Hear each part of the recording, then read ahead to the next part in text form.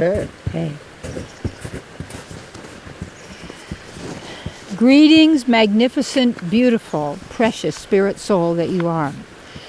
So gorgeous to just be here listening to the bubbling water, the melting snow. You know, out there it looks like the lake is all snow. You could walk on it. You can't now. No, because it would sink real fast. You know, just being here, just so great. I love my work. Because my work is working for you. Yeah, that brings me the happiness, the joy, the love. Yeah, because I want you to prosper. I want you to be happy. I want you to be fortunate. I want you to be clearly who you are, free of all lack and limitation of any kind of anything. And that's forever, because you are an eternal being. My topic, the great opulence of the divine feminine. Now, I'm not a feminist. I'm not a masculinist. I don't do categories of this, that, and this group, and that thing, and that thing, and that. And you take a look at also the people that so many promoted feminism didn't really have any feminine qualities. I hate to say it, but it's true.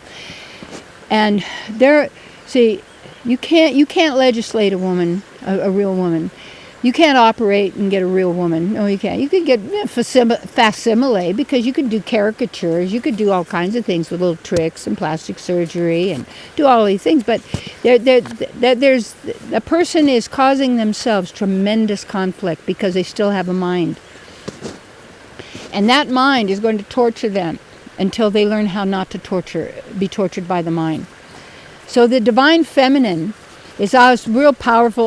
People will put down the divine goddess, or they say, you said you're a goddess, but you're not. There's no. I remember when I did a TV show years ago, after I had left my international television Emmy-winning television program, but I did one, and I was talking about the male and female God, or parts of, and some woman said, "What are you doing, Mr. and Mrs. God? Didn't you go to Sunday school and learn there's only a man there?" It's like, well, yeah, but they're not just men here. They're different bodied people, yes, and different qualities.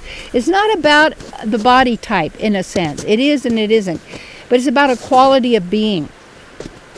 And the divine feminine is very opulent, because if you even take a look at the right brain, that's why I'm working to be ambidextrous, because I had gotten to a point where I had so much pain in this arm from a whiplash years and years ago and different situations. That's my feminine. So I weakened my feminine, and then I strengthened my masculine, but I made sure that I beat it up all the time. Got shot in the leg as a kid when I was 4 years old.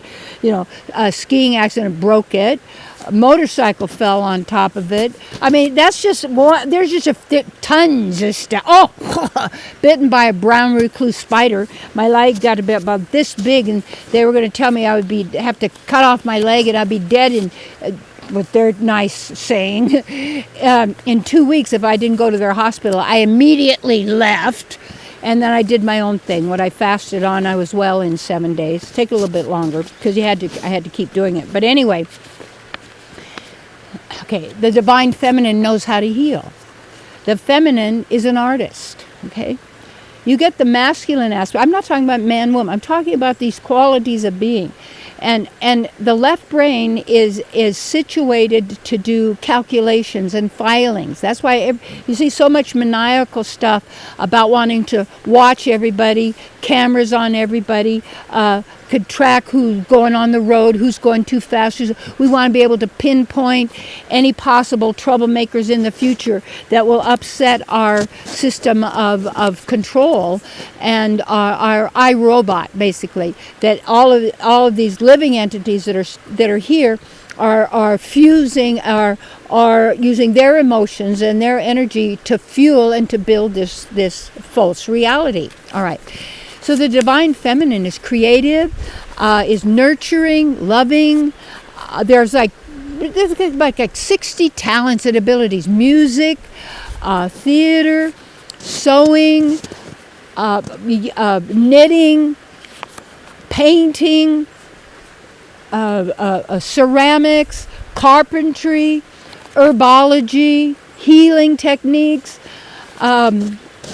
foot reflex. If you go on and on of the great imagination, the connection with the mother of life, the earth. And it's like people don't realize cows are one of our mothers, and then people have made cow milk ammoniac. It's because they pasteurized and homogenized it. And if you can in your community, have a cow. And then your group of people could take care of the cow. Cow is going to be really good. Give the cow the best treatment. I don't know when or what, but if ever I did something like this, I would want to be able to have a hospice for mother cows who no longer could give milk. What do? We'll just kill them. We'll kill them and then we'll eat them. And we'll grind them up and we'll make dog food out of them. Oh yeah, really? That's how you treat your mother? And what of the earth? Well, we'll just trash it. We'll mine it. We'll sell every possible thing we can do it. Make it into a toy, a bunch of crap that you wouldn't even buy at a yard sale after a while. But you had to have it. You had to get it. You had to have that dopamine hit. I got to buy it. I got to charge. Come on. And because we're not building. We're acknowledging and recognizing. You don't have to get better. You have to recognize who you are. Okay. And that mother of the love of the caring for the baby and the caring for the heart. And you took some of these children that have been packed off in certain cultures or certain communities to boarding school as little people, and they don't have any women, they don't have any mothers, and you don't even know who their mothers were because they don't even want anything to do with them, and they pawn them off on somebody else. And then here we've got I remember when my mom was one of the Rosie Riveters in the Second World War, and she'd already been a waitress because she and my dad split and then got married again. But anyway, she, was taking care of us. But fortunately, I got away to live with my great-grandmother, which was fabulous, and my great-grandfather, and she's now my granddaughter. That's a cool one, too. Anyway, the divine feminine knows. It is also wisdom. And part of getting the divine feminine in appreciation is to appreciate the elements that belong to the divine feminine, to the earth, and that are our creative tools. When you own that, and because we are part of the creator, of the creative ability of the divine. And there is the eternal realm. And that's what I love a lot about the Vedas. In ancient teachings of India, and the Srimad Bhagavatam and such. Not to make it a belief system. It's not Santa Claus, which is, you should never teach your children all of these lies. Because we're not giving the power to the divine. It's when you wish upon a star. That's not going to do anything for me. Or you. And whatever it is, it just looks like a light anyway. And you don't have the equipment to find out whatever else it could be, a flashing light or this like that. Yeah. So we're so gullible. The why there is this whole program to get rid of the feminine, the mother, is because we know. We are completely tied into intuition. And in that feminine, everybody can. That's why I let my hair grow long, because hair is part of the central nervous system. And that also helps me to pick up and sense and know what all my extrasensory abilities are giving me. Ingo Swann's book, The Secrets of Power 1 and 2. You have to know how you're depowered so that you can empower yourself. And self-empowerment is what I work with in my retreats, in my workshops, in my phone counseling. If we can't reach and get together, like you can't drive up to Shasta or, come to things like this, it'd be great for you because it'd be really wonderful. We can work on the phone. And by working on the phone, we get to know each other. We work through all these issues, and you learn. And then for some people, they'll want to become, healing practitioners. So a spiritual healing practitioner, and you could come and take that course with me. And then you'll be able to do that with other people. I've also trained and ordained over 45 ministers, and some of them are leaders of their own big spiritual communities, and most of them are authors and writers and such, very successful. Because see, most people that are going to teach you don't give you the real secrets, because they want to hold out because they still have envy. And what happens is envy means I want what you got, I want you gone, I want you dead, because that's the bait perversion of the sickness of the mind virus. If you know you've been infected with it, you have envy of others, you have jealousy, you have hatred, you have anger, you have resentment. Not that I'm saying you're a bad person if you have anger, no, because that's above a little bit of, you've been hurt, yeah, so the anger comes. But when you know who you are, you can watch and observe what's going on, but you do not react to what's going on because you stay centered, because you're creating and having your own world.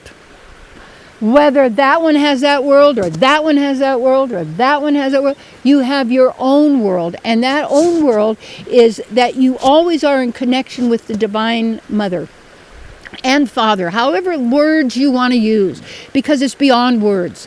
But it's a wholeness, it's a completeness. There's nothing missing. You take that separation that's in the brain and you merge them so that you use those left brain abilities with your right brain, you might say, feminine, female capacities and talents and abilities to then for operating in this world. And then you'll take those talents and abilities as a mother, as the divine feminine, and you could be a man and be mothering because you're mothering your plants, or you're being a good mom to the dog, or a father or mother. It means you have wholeness within yourself. You have nothing missing. And no one has anything missing. And the key is, it isn't about God's going to do something for you. It's already being done. You have to get yourself out of the way, get the false self out of the way, get the caricature, the false persona, the Barbie doll, the bicky backy wacky wacky, all this stuff. Get rid of it. You are powerful, all-knowing, everywhere present, because that's who you are. And when you take it back and own it, every single moment, it's who you are. And what happens with the Divine Mother? Everything grows.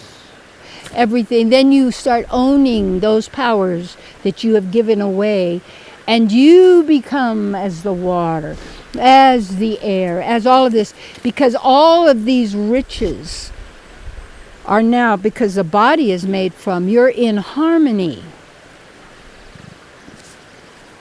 You see?